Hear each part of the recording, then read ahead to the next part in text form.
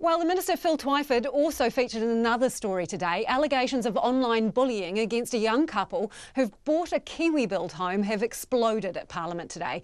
The Housing Minister Phil Twyford and National's Judith Collins have gone hammer and tongs over the couple who have shut down their social media accounts, telling the Minister's office they felt bullied. Ms Collins has been drawing attention to questions about the couple's finances, but denies any wrongdoing. Here's our political editor, Jane Patterson.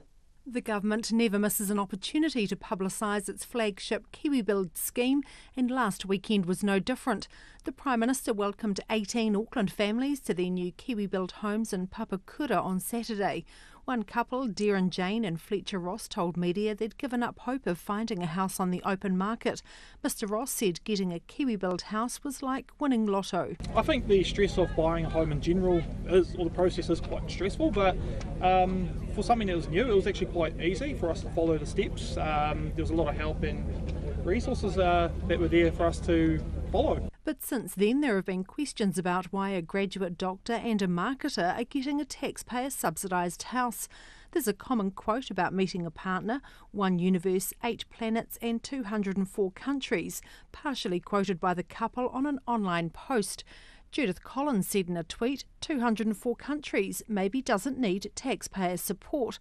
Phil Twyford said the couple have felt targeted online. I think for a senior member of Parliament like Judith Collins to be cyberbullying a young couple who have just bought their own home, their first home, because she disagrees with the Kiwi-build policy is disgraceful. Ms Collins rejects any allegation of bullying behaviour. No, not at all. Absolutely false, and that is really false. What I have said is that there are eligibility requirements, and I think every New Zealander who is paying taxes would want to know that $2 billion of taxpayer funding in the last budget is going to people who are in need, not to people who have lots of choices in life. She says Mr Twyford himself has to take some responsibility. He is the person who put this young couple up as poster children for the Kiwi-build home. There are plenty of other people he could have targeted and used, and these are young people who certainly other people have gone on. They've found about their personal circumstances, certainly not me. I have certainly never gone into their social media or anything about them. Phil Twyford says he's happy to debate matters of policy. That doesn't justify victimising people on the internet and essentially inciting victimisation of a young couple who have just bought their first home. They didn't sign up for that.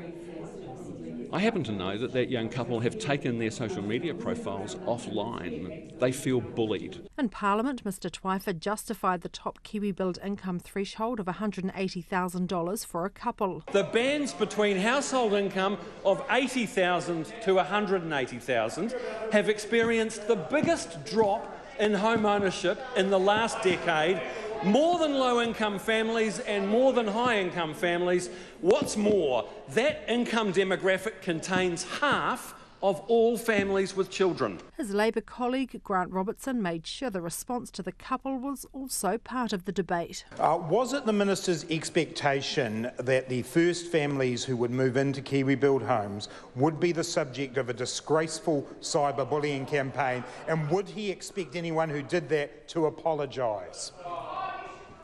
I never expected that the first Kiwi-build home buyers would be the subject of a disgraceful online bullying campaign. About 45,000 people have registered on the Kiwi-build website, but Mr Twyford says the number who have actually been through pre-qualification is between 2,000 and 3,000. He's also confirmed a change in policy. Originally, the plan was that homeowners would have to wait 5 years before selling a Kiwi-build home. Now it's 3. The couple were not available for comment today. From Parliament for Checkpoint, Jane Patterson.